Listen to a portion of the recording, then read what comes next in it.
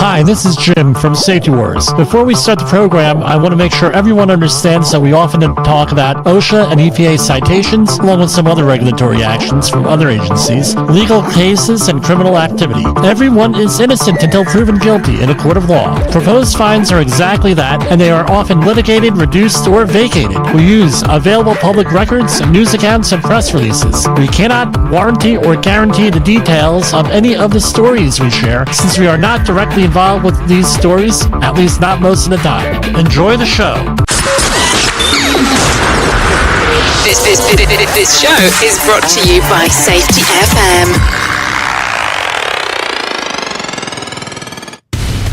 And from the undisclosed location in OSHA Region 3, this is Jim Polzel with Safety Wars. How's everybody doing out there? A lot of news today. The obvious one is the school/church shooting up in Minnesota. Right, our condolences obviously go out to the victims, and we hope there is a positive outcome here. I think I'm going to say something real quick and very controversial.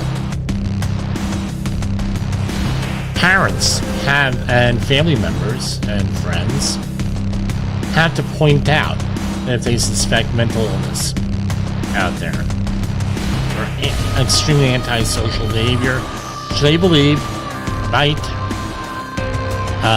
lead to a situation like this.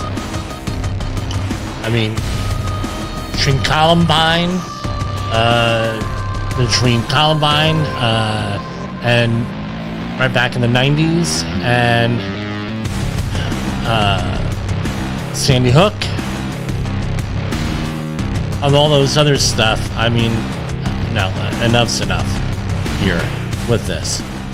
All right, those are the current things here going on, right? And based on the best available information as of today, but what we need to do is a thorough investigation here.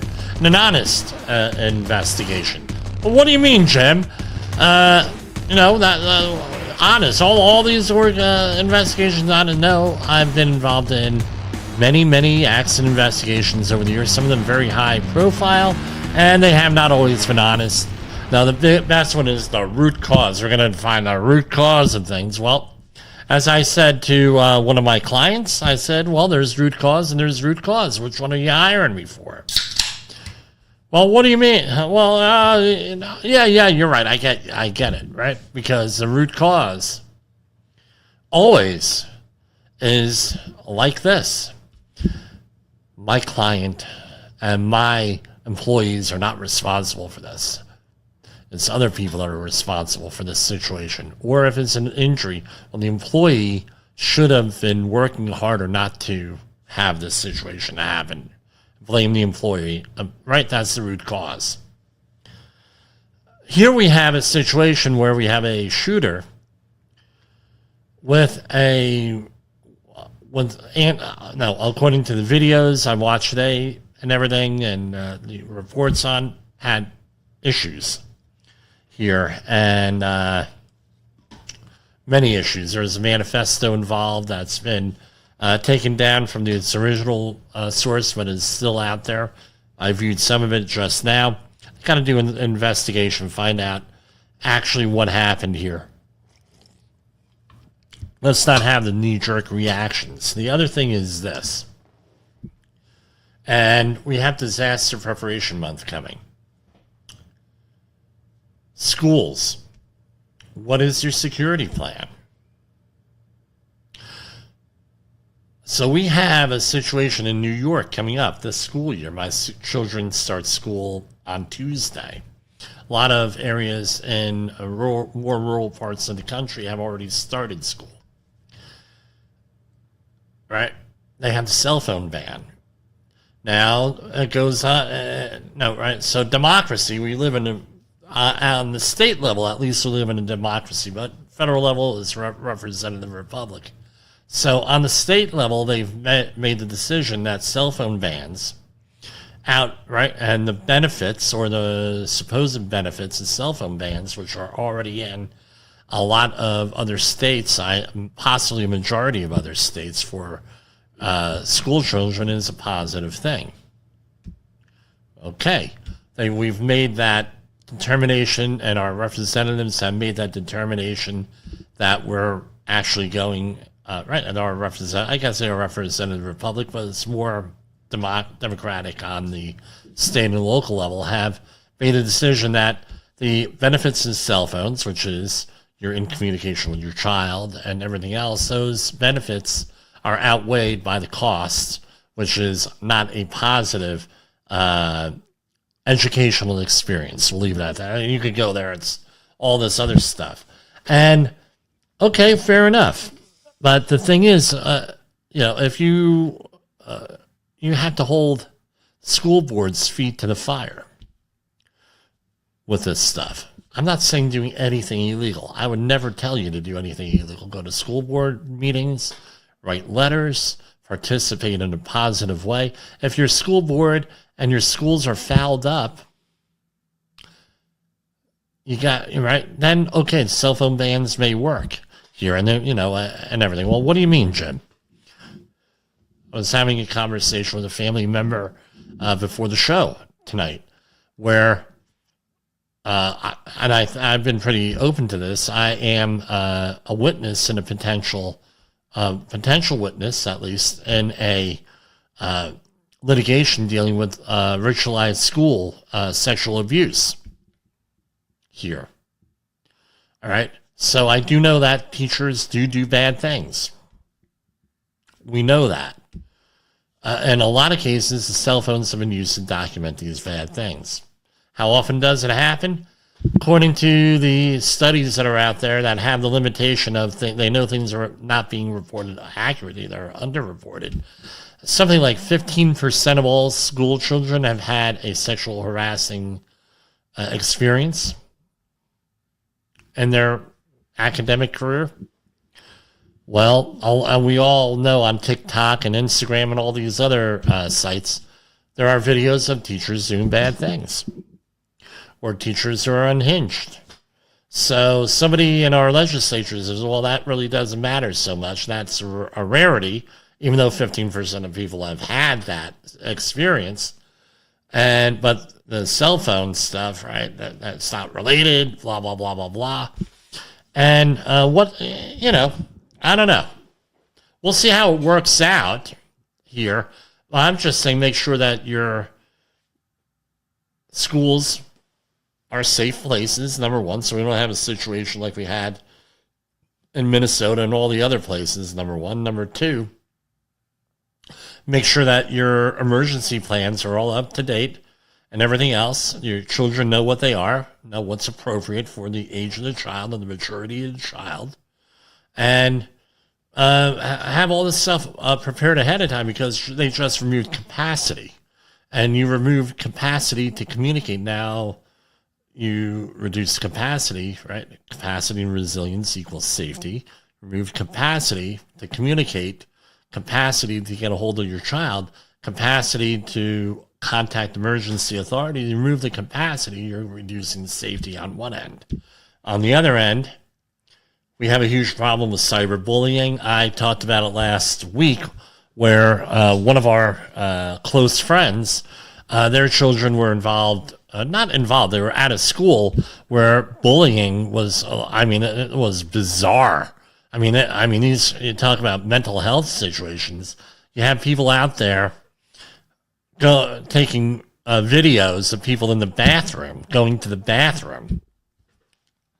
Like, really? And then they post them, or they edit them, or they do what have you. That's pretty weird. The other thing is this. No, we have situations like that. The other thing is this. Glasses. So glasses with a camera in them. Those are now out there. People taking, non-consensual photos and videos of people. So if you're in you're somewhere and you see someone with a cell phone camera or in their lapel pocket, right, in their shirt pocket, and they have the cell phone on, or maybe a police officer or other person with a body camera on, well, you're being recorded with that. Now, when you have the glasses, no one knows that they're being recorded, right? Because there are ways around detecting that. So what's my point? I'm a little bit rambling here. I think we have to have some kind of honest dialogue here in our communities and nationwide on what the roles of all this electronic stuff is. Now, cell phone bans. Someone said to me, Jim, we didn't have cell phones when you were your age and everything was fine. And I pointed out to him, well, yeah, that things are fine, but things went unreported because they would never believe the child when there is a problem. In the case that I know about, that I'm familiar with, the child reported to teachers and, there's no proof of this. We're believing the teacher. And it turns out that the teacher was part of a larger sex ring, pedophile ring. Maybe if you had a cell phone and you were able to secretly record this guy, maybe we wouldn't have had people going out there. Things could have been prevented. I don't know. Here. But anyway, do you use body cameras in your workplace? We don't. No, we don't on the job that I'm on now. The project I'm on now is a federal project in an area where you're not allowed to do that. All right. However, some areas, some states, I've been on projects where we've had to have body cameras. We were told, you've got to have body cameras. And one of the things was that the employers and the management would not believe it when employees were doing whatever, or certain situations were happening that were no fault of the employees. Well, that doesn't happen. You have proof. Do you have proof? So I was on jobs where I said, okay, yeah, we got proof. One of the jobs I was on, the main client, not the contractor I was working for, another company on site, the host employer, hired a company that was filled with probably half of the people there were KKK members. And we were having KKK issues on site. Right? Well, prove it. Prove that you have KKK issue. Prove that this happened. Prove that dude, you have KKK. You got these people are walking around with dropping KKK. There's no problem. Do you have proof? Now you're forced to get this. Well, I'll get you proof. Here it is. And then you take a picture or you take a video, and then it's, how do we know what the context is on that? We're not sure, so we're not going to do anything about it. Before you know it, you have the feds coming down with hate crime. It's crazy. So, right? So pictures are 1,000 words, but it doesn't give you the context of what was going on, is what I'm saying. So this is becoming ubiquitous, becoming ridiculous. Yes, did I walk around with a body camera on? Yeah, we had to. Because nobody would believe you on the stuff going on. Right? It's a kind of a rough situation to be in. It was during COVID. There were no projects out there. Things shut down. And so, hey, that's what we ended up doing. I don't know. I'm rambling a little bit here, more than usual. But cell phone bans and everything, we'll see how it works out. And keep people's feet to the fire as far as public safety is concerned. If your school district does not have an emergency plan, does not have a way of managing these situations with shootings, doesn't have security, doesn't have a lot of stuff, I think you should. That's probably an issue. I know where my children go to school, there's security all over the place. You cannot step on campus without a police officer coming up to you. All right, we live in a community that has that resource. What about all the other ones? Anyway, that's what we got going on. We're going to get to some other news also here. And at the end, we're going to have a probably a CDC video or something like that playing towards the end of the show here. So that's what we got. Safety Wars is streaming now. SafetyFM.com. In a world where danger lurks in every corner, one man stands as a beacon of hope. Jim Posel, a veteran safety expert with over 3 decades of experience, now bringing his knowledge to you with Safety Wars. Engaging, informative, and always relevant. That's Safety Wars. Join the safety revolution with Safety Wars, available on Spotify, Apple Podcasts, YouTube, and wherever you get your podcasts and videos.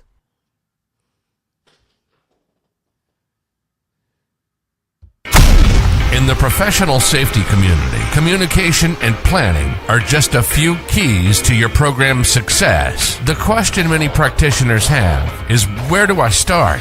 Dr. Jay Allen, the creator of the Safety FM platform and host of the Rated R Safety Show, has built a global foundation to help you along the way. Go to safetyfm.com and listen to some of the industry's best and most involved professionals, including Blaine Hoffman with the Safety Pro, Sam Goodman with the Hop Nerd, Sheldon Primus with the Safety Consultant, Jim Posel with Safety Wars, Emily Elrod with Unapologetically Bold, and many others.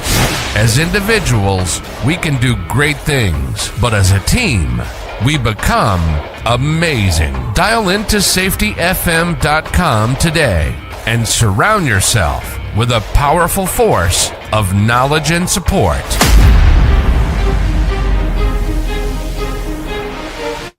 The safety war has begun. The risks are out there, lurking in every corner of the workplace, threatening our most valuable asset, our people. But we have a plan. Led by Jim Posel, we are the last line of defense in this battle against danger and negligence. We will fight for safety, for compliance, for the right of every worker to return home unscathed. Join us on this journey through the unknown, where vigilance is our weapon and knowledge is our shield. This is Safety Wars, our fight, our duty, our mission. Heard regularly on your favorite podcast platform as Safety Wars? Visit us at safetywars.com. Is your safety training old, stale, and hackneyed? Is your safety trainer still preaching a warped version of behavior-based safety? How about safety training that is designed to actually address and assess your hazards and liabilities and is not standardized baloney from generations ago? Contact the Safety Wars team at safetywars.com or call me, Jim Posel, at 845-269-5772. Remember, if you are receiving this message, you are the solution to unsafe workplaces. So here we are. Lots of stuff going on at FEMA today. All right. So let's talk a little bit about this, right? So let's see if I can get this up.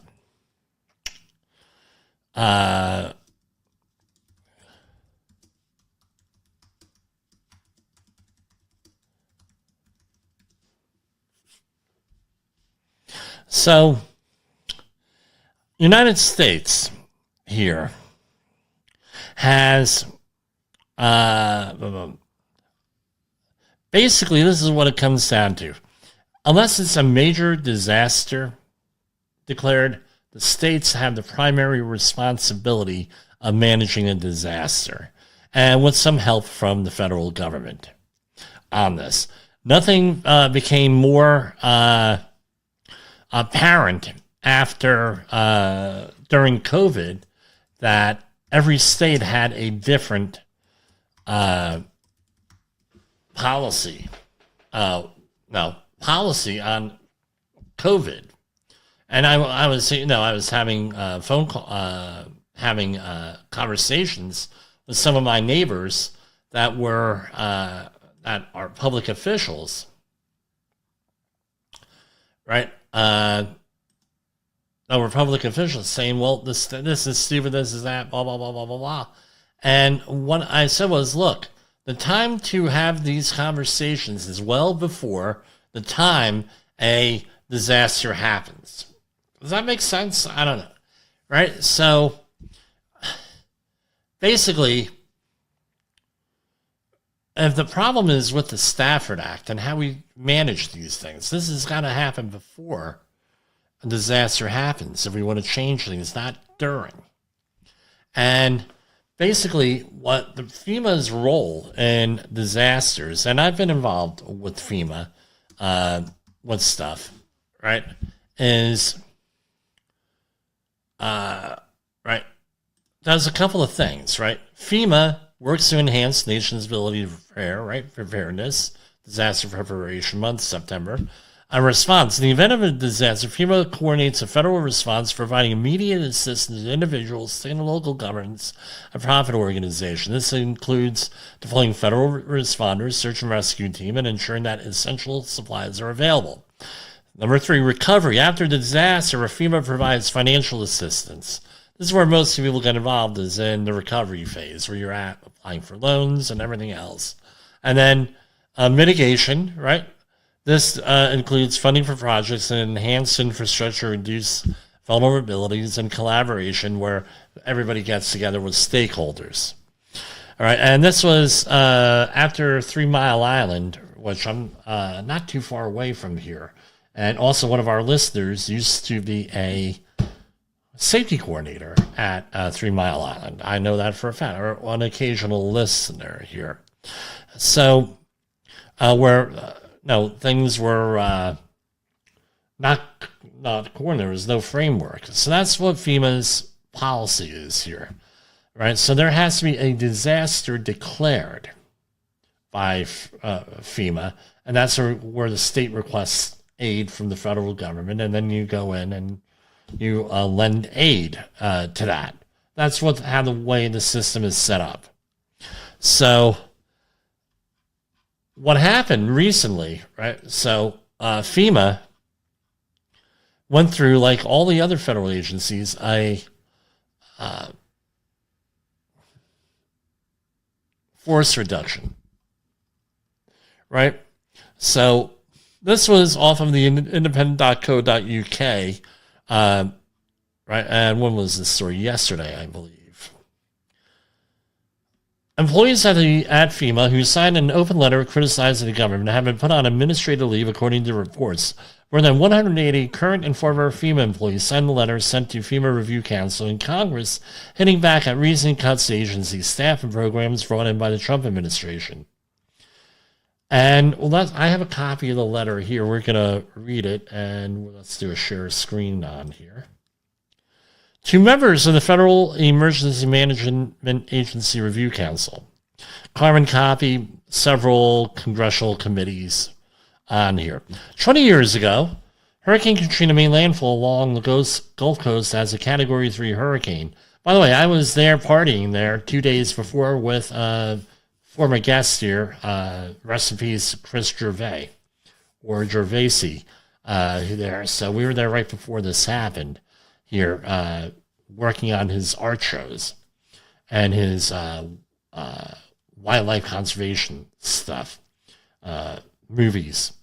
Hurricane Katrina was not just a natural disaster, but a man-made one. The inexperience of senior leaders and profound failure by federal government to deliver timely, unified, and effective aid to those in need let survivors to fend for themselves for days has highlighted how Black, Indigenous, low-income communities are disproportionately affected by disasters.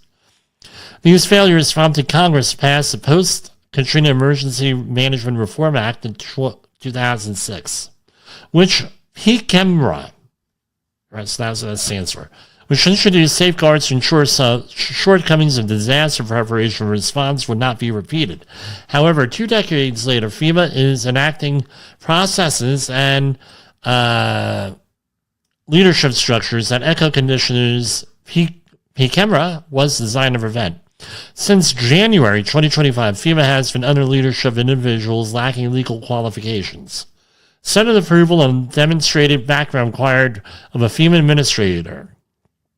Decisions made by FEMA senior official performing the duties of the administrator, David Richardson, former Subda Cameron Hamilton, and Secretary of Homeland Security Kristi Noem, wrote the capacity of FEMA and our state, local, and tribal territory hinder the swift execution of our mission. To dismiss experienced staff whose institutional knowledge and relationships are vital to ensuring effective emergency management. The agency's current trajectory reflects a clear departure from the intent of FEMA. Our shared commitment to our country, our oaths of office, and our mission of helping people before, during, and after disasters compel us to warn Congress and the American people of the cascading effects of decisions made by the current administration. We, the undersigned, current and former FEMA workers, have come together to sound the alarm to our administrators. It goes on with this, right? With this, and it lists 6 things. We oppose, number 1, we oppose the reduction and capability of FEMA to perform its missions. Secretary Nome has impounded agency funds by requiring a personal review and approval of all contracts, grants, and mission assignments over $100,000, which reduces FEMA's authorities and capabilities to swiftly deliver our mission. Consequences of this manual review became tragically clear during the July 2025 floods in Texas, when mission assignments were delayed up to 72 hours. FEMA's Urban Search and Rescue Branch chief resigned, citing these delays as a cause. Right, so FEMA, the law, what we're talking about, the agency states that the agency shall be maintained as a distinct entity within the department, and the secretary may not substantially or significantly reduce the authorities, responsibilities, or functions of the agency, or the capability of the agency to perform those missions, authorities, and responsibilities. Nome's review of contracts is superfluous, given that FEMA is already required to develop a pre-scripted mission assignments in conjunction with federal partners that have legal responsibilities to ensure rapid federal disaster response. Additionally, the law states that transfers of assets are prohibited except for details or assignments that do not reduce the capability of the agency to perform its missions. Despite this prohibition, FEMA employees have been detailed and reassigned to U.S. Immigration and Customs Enforcement when the agency is already operating at a reduced capacity due to staff losses through deferred resignation and voluntary retirement. Any who refuse to transfer dies are threatened with termination. Number 2, we oppose the ongoing failure to appoint a qualified FEMA administrator as required by law.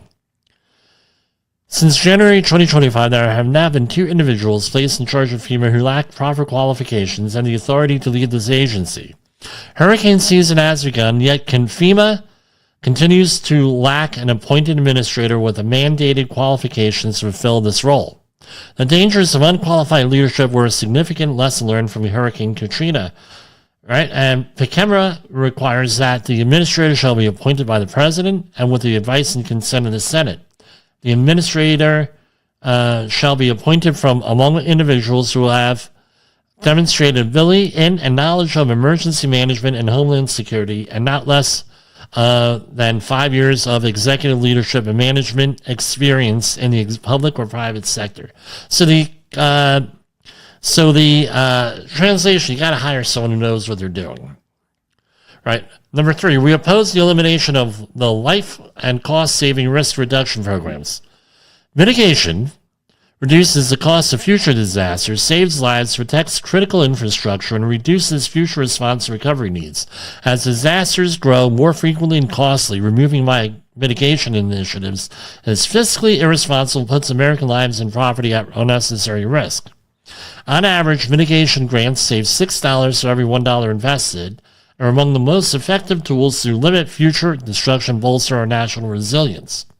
The Stafford Act authorizes pre-disaster mitigation and post-disaster hazard mitigation grant program for the effective measures to reduce injuries, loss of life, property damage, and to increase resilience of individuals and communities to future damage from disasters. Yet the agency terminated the pre-disaster mitigation program, building resilient infrastructure in communities without public notice, terminating current awards already appropriated by Congress. Furthermore, this administration has not authorized funds through the HMGP for almost all presidentially declared major disasters since February 2025. If allowed to continue, our state, local, and tribal territorial partners will have future increased response and recovery costs and an increased loss of life. These undermine FEMA's legal authority and responsibility. 4, we oppose interference with preparedness programs that build capacity. right? Cut these right? So basically, training, technical assistance, coordinated planning efforts were being cut. How much? I don't know exactly. Letter doesn't state that, but according to the letter, there's been cuts. Cuts to these programs prioritize the appearance of cost reduction and empowerment of SLTT partners that will result in the all opposite outcome. This is the letter here. Well, we cannot work directly with our SLTT partners in providing training and technical assistance. We lose critical opportunities to maintain trust, strengthen systems, improve preparedness, and serve the American communities we swore an oath to protect. And it lists here, right? That's right. The administrator shall provide funding, training, exercises, technical assistance, going on and on and on, with the ability of our partners to respond to disasters. For example, the Community Emergency Response Team program, which I always recommend people become part of if your community has one, has educated and mobilized volunteers, including teenagers and adults, for local disaster readiness and response for almost 4 decades. The HQ portion of the program has been eliminated without notice to stakeholders. The National Fire Academy, which provides education and training opportunities for local and state firefighters and non-federal responders, was paused for an extended period this spring, cutting off access to critical training. And until it was canceled without notice, the Youth Preparedness Council brought together young leaders interested in supporting disaster preparedness, making a difference in their community. This seems like an opportunity here for private groups to go in there and do that. It seems like an opportunity to tune into this show in September, right, and look back like the people in Finland wisely did over preceding Septembers, right, where we talked about disaster preparedness here. Yes, people in Finland were downloading all these programs and listening to them here. The September programs, I have proof of that. So, we oppose the censorship of, number 5, of climate science, environmental protection, and efforts to ensure all communities have access to information, resources, and support. Decades of empirical evidence shows the effects of climate change on disasters and how disasters exacerbate existing inequities, especially in Black, Brown, Indigenous, rural, and low-income communities. The administration's decision to ignore and disregard the facts pertaining to climate science and disaster shows a blatant disregard for the safety and security of our nation's future. I disagree with number 5. I'm going to let you know. With climate science, environmental protection, obviously, we need to have capacity here. Number 6. No, what my opinion is that climate change is happening. Climate change is happening. We can't do a damn thing about it, right? The best we can hope for is delay it, or so it's not as bad. But that cost outweighs the benefits of preparing for types of disasters here from that. I mean, the other thing is, we'll go into that later on. But we oppose the reduction of FEMA's disaster workforce. FEMA's current capacities have been significantly limited through programs designed to incentivize our workforce to flee federal service, ongoing hiring freezes, and the cancellation of critical support contracts. 1/3 of FEMA's full-time staff have been part of the agency this year, leading to the loss of irreplaceable institutional knowledge and long-built relationships. Multiple federal partner agencies play a role in disaster preparedness, mitigation, response, and recovery. The diminished response and recovery capacities of partner agencies due to this administration has cascading effects that reduce FEMA's ability to carry out its mission. We find ourselves on the 20th anniversary of a disaster that reshaped the nature of emergency management, only 2 months removed from a mass casualty flooding event in Texas, which proved the inefficiencies, ineffectiveness, and dangers of the process and decisions put forth by the current administration. Okay, I'm going to say this. All right. What role do the local communities have here? with this stuff. Again, we are a democracy here. It relies on people knowing what the bleep is going on, and also, not only what the bleep is going on, they have to look after the government here.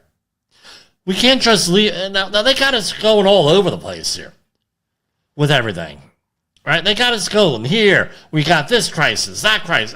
Nobody, right? And of course, we're like freaking zombies with these freaking cell phones here. Go out and get involved in your community and say, why are we building in flood zones? Why, if you're in LA, why is our firefighters, why are they being ignored when they say we don't have enough capacity? Why do we have in New Jersey and southern New York, my neck of the woods, areas where controlled burns have never happened, and we have detritus this thick? We're just waiting for things to, blow up. No, why don't we have this stuff going on? I don't know.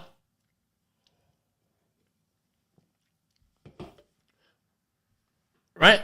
It's good to say, well, we don't have this, we were assigning these people to take care of it, blah, blah, blah. But we have to be active in our local communities here. And the fact, whether you agree with these federal policies or not, or what's in this letter or not, guess what? It's up to you, guys. It's up to you folks out there in the community to do this, to prepare for disasters. So this is, right? As right under the Lloyd La Follette Act, right? And let's find that is the right of employees individually, collectively, to petition Congress or a member of Congress or to furnish information to either House of Commerce or a committee or member thereof may not be interfered with or denied. So you have a right to petition Congress. I guess I don't know if this is for federal employees or for everybody here on this. I don't know with this. Again, deep dives here, right? 2, 1, establish FEMA as cabinet-level independent agency in the executive branch. 2, defend the agency from further interference from the DHS, right? Including illegal impoundments of appropriated funding, ensuring FEMA retains its full authority, responsibilities, and functions and capabilities. Protect FEMA employees from politically motivated firings and ensure continued protection under a merit-based personnel system and demand transparency. And it lists all of their names on here, right? Listed and public and private here with this. Now, as of today, here, let me go and show you that law. I'm sorry, I did not do share screen. There you go. Employees' right to petition Congress on that. Right? Might be worth, you know what? Let's do a quick commercial break. Let me look up that law real quick. Put on some music.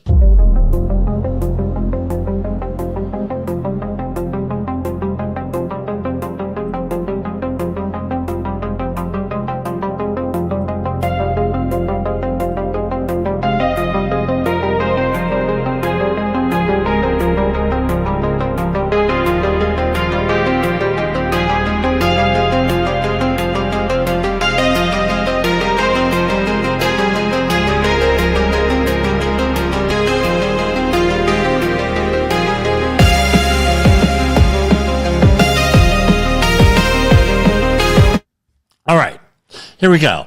This is from Google here, right? The Lloyd La Follette Act is a significant piece of civil service reform and legislation in the U.S. It was enacted in 1912, right, and aims to protect the civil servants' rights to communicate with Congress. The act ensures the right of employees individually or collectively to petition Congress and furnish information to either House or Congress or to a committee member or member thereof may not be interfered with or denied. This provision was intended to protect employees against oppression and ensure the right of free speech and the right to counsel their representatives. This act has been upheld by the Supreme Court. So that is what the deal is on that. Again, I've been reading all these reports. Nobody ever mentions this crap here with the whole thing. Here, it's got to be people like us. So that's what I have for tonight. We're going to cut this part a little short. We're going to have some pre-recorded programs coming in a minute here. So for Safety Wars, this is Jim Posel, and we'll see you tomorrow, God willing.